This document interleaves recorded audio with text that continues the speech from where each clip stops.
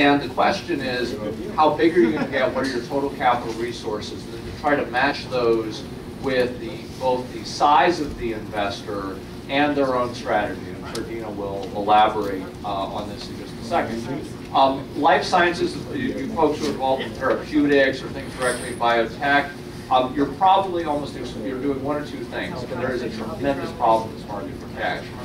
You're either dealing with public sector sources like SBIR. Why? Because anything that involves health also has a public good component, right? Epidemiology, curing disease. This is not just altruism, this is something good for the general populace. So the government often plays a role in those types of companies. Same thing with energy, or as we say, clean tech, there's a removal of externalities, specifically pollution.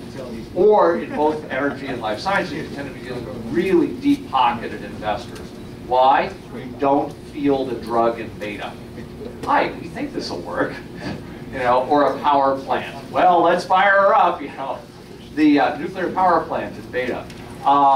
You just don't do that, right? You're dealing with, you're selling reliability, there's these downside consequences, not so much in software. So you tend to need very deep-pocketed investors in both of those. You're tending to do the very large ones.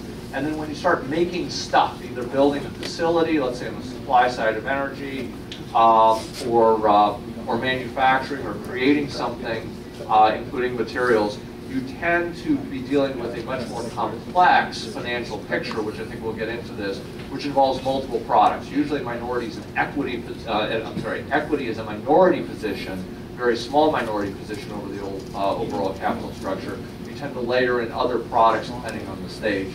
And this is where, having, not to be an infomercial for Jim, but having a very seasoned CFO be involved, these tactical decisions have strategic impact. So aligning, the short answer is align your company strategy with your financial partner strategy, and we'll talk more about that as we progress.